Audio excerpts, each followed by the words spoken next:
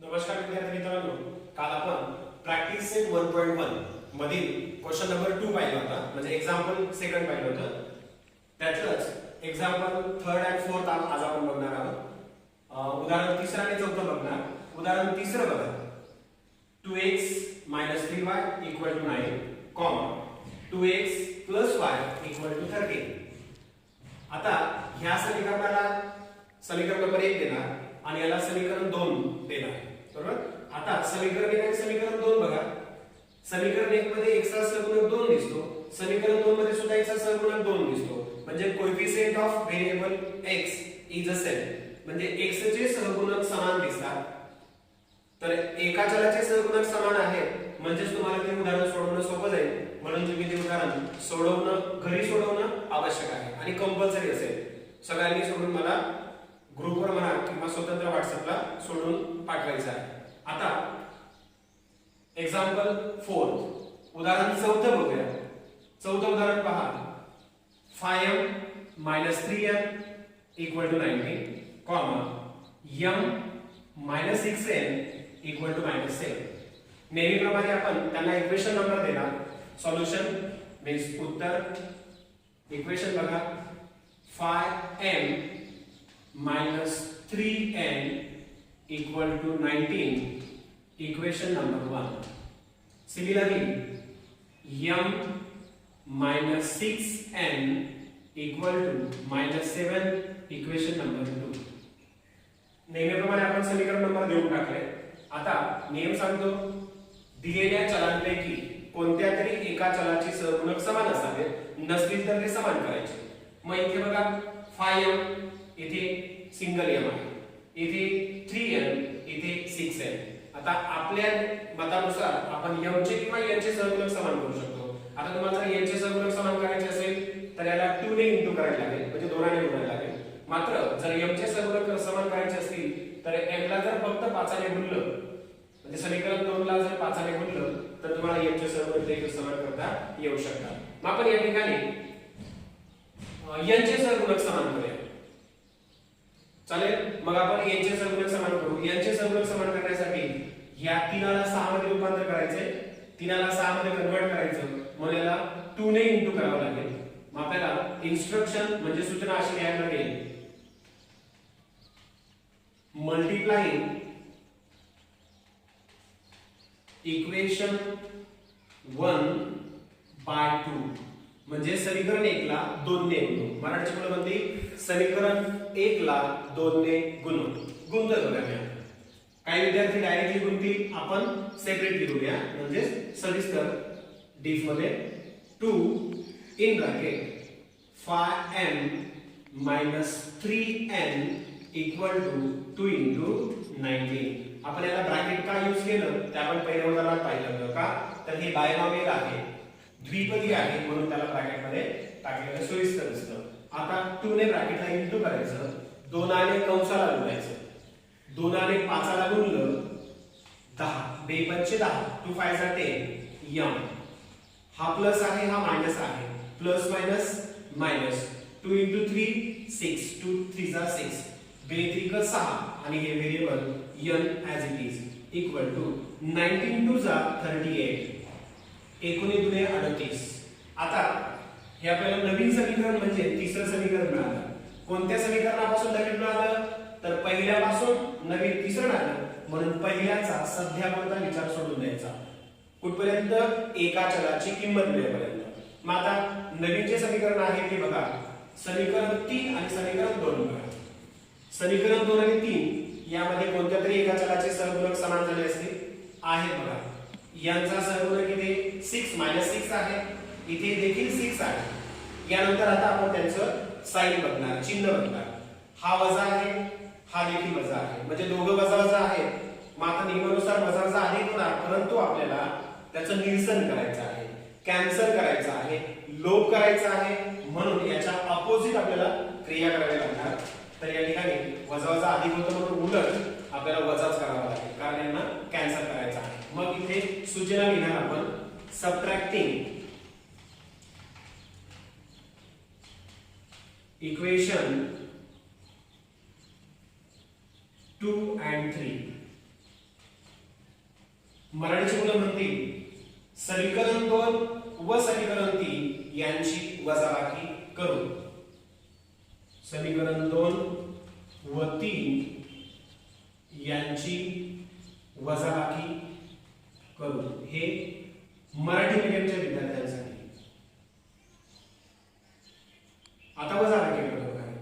Equation 2 m minus 6n equal to minus 7 minus 10m minus 6n equal to 38.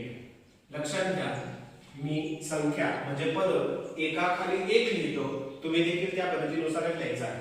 आता मी काय सांगतो, आपल्याला वरच्या बहुपदीमधून खालची बहुपदी वजा करायची असेल तर वजाबाकी करताना खालच्या पदाच्या किंवा खालच्या राशीचे चिन्ह बदलतात. खालच्या पदाचे चिन्ह बदलतात.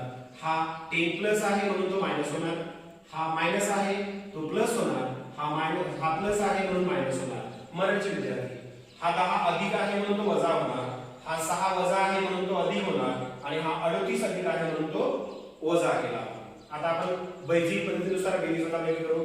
म्हणजे दोन्ही पदाचे चिन्ह सारखे असेल तर बेरीज करायची, जर समान चिन्ह नसेल तर वजाबाकी करायची. उत्तराला मोठ्या संख्येचं चिन्ह द्यायचं. इकडे नाही चला -7 आहे -38 दोघं वजा वजा आहे म्हणून त्यांची बेरीज होईल. वजा वजा अधिक 38 मध्ये 7 मिळवले 45. Give the sign of greater number. उत्तराला मोठ्या संख्येचं चिन्ह 38 मोठा आहे म्हणून वजा 45. पुढे बघा -6n + 6n कॅन्सल होईल. का तर ते तुम्हाला समजलं 6 मधून 6 गेला 0 म्हणून कॅन्सल होतो. हा +m आहे, हा -10 आहे म्हणजे मायनस प्लस मायनस अधिक वजा वजा वजाबाकी होणार म्हणून मोठ्या संख्येतून लहान संख्या वजा केली. याचा कोएफिशिएंट 1 आहे, याचा सहगुणक 1 आहे. 10 मधून 1 गेला 9 आणि दोघांपैकी एक variable. Give the sign of greater number. उत्तराला मोठ्या संख्येचं चिन्ह म्हणजेच मायनस. आता काय होणार, हा जो -9 आहे तो राईट साइडला जाणार म्हणजे उजव्या बाजूला जाणार. तिकडे इंटू आहे तिकडे जाताना डिवाइड होईल. इकडे तो गुणिला आहे तिकडे जाताना तो भागिला होणार म्हणून m बरोबर -45 भागिला -9. सेकंडचे बोलो therefore m equal to -45 upon -9 minus minus plus म्हणजे जे आन्सर येणार आहे ते प्लस मध्ये येईल, जे उत्तर येणार ते अधिक मध्ये येईल. वजा भागिला वजा अधिक 9 45 9 5 45 वजा वजा होतो म्हणून उत्तर अधिक येतं. ही आली आपल्याला m ची किंमत. आता एका चलाची किंमत मिळाली की इथलं जे आपण समीकरण कॅन्सल केलेलं असतं ते आपण आता उत्तर करू शकतो. म्हणजे काय, मी आपल्याला सांगतो एका चलाची किंमत जर मिळाली तर ती किंमत तुम्ही मिळालेल्या कुठल्याही समीकरणामध्ये ठेवू शकता. 1 मध्ये ठेवा, 2 मध्ये ठेवा, 3 मध्ये ठेवा, परंतु आपल्याला जे सोयीचं असेल जे सोपं असेल त्या समीकरणामध्ये आपण पुट करू शकतो किंवा ठेवू शकतो. मग समीकरण 1 सोपं दिसतं आपल्याला किंवा समीकरण 2 सुद्धा सोपं आहे. चला आपण समीकरण 2 मध्ये ठेवूया. मग लिहिताना सबस्टिट्यूटिंग म्हणा, प्लेस म्हणा किंवा पुटिंग म्हणा, आपण म्हणूया put m = 5 in equation second means 2. Marathi मुलं म्हणतील m बरोबर 5 ही किंमत समीकरण 2 मध्ये ठेवू किंवा टाकू. समीकरण 2 घेतो बघा. समीकरण 2 आहे m - 6n = -7. मराठी मुलं m - 6n बरोबर -7. आता m उदाहरणात ज्या क्रियेत आहे त्याकडे त्याची व्हॅल्यू ठेवायची आणि व्हेरिएबल निघून जाईल, चल निघून जाईल, तिथे संख्या येईल. आता बघा m ची किंमत 5 आहे, हा m निघून जाईल त्याच्या जागेवर 5 येईल. -6n ऍज इट इज जसाच्या तसा, -7 देखील जसाच्या तसा. आता काय करायचं, लाईक टर्म्स क्लोज करायचे, समानपदी जवळ घ्यायच्या. म्हणजे संख्या एका बाजूला चल एका बाजूला. हा 5 तिकडे जाणार, इकडे तो प्लस आहे कारण इथे चिन्ह नाही म्हणजे तो प्लस आहे म्हणून इकडे तो प्लस आहे, तिकडे जाताना मायनस होणार. हा बघा -6n ऍज इट इज जसाच्या तसा, -7 देखील जसाच तसा. हा 5 तिकडे गेला राईट साइडला म्हणून तो -5 आला, -5 आला. त्यानंतर -6 n ऍज इट इज जसाच्या तसा इथे बघा दोघांचं चिन्ह समान आहे म्हणून बेरीज minus minus plus give the sign of greater number -7 - 5 -12 कारण उत्तराला मोठ्या संख्या चिन्ह किंवा त्यांचं चिन्ह त्यानंतर पुन्हा सगळ्या संख्या एका बाजूला होणार म्हणजे लाईक टर्म्स क्लोज हा 6 तिकडे जाणार थोडक्यात बहुगणकी जवळ म्हणतो आपण त्याला मग हा 6 तिकडे जाणार म्हणून n -12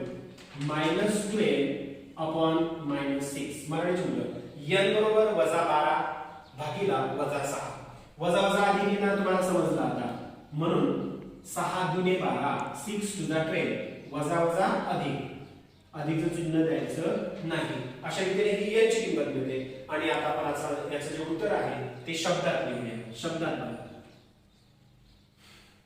सोल्युशन इज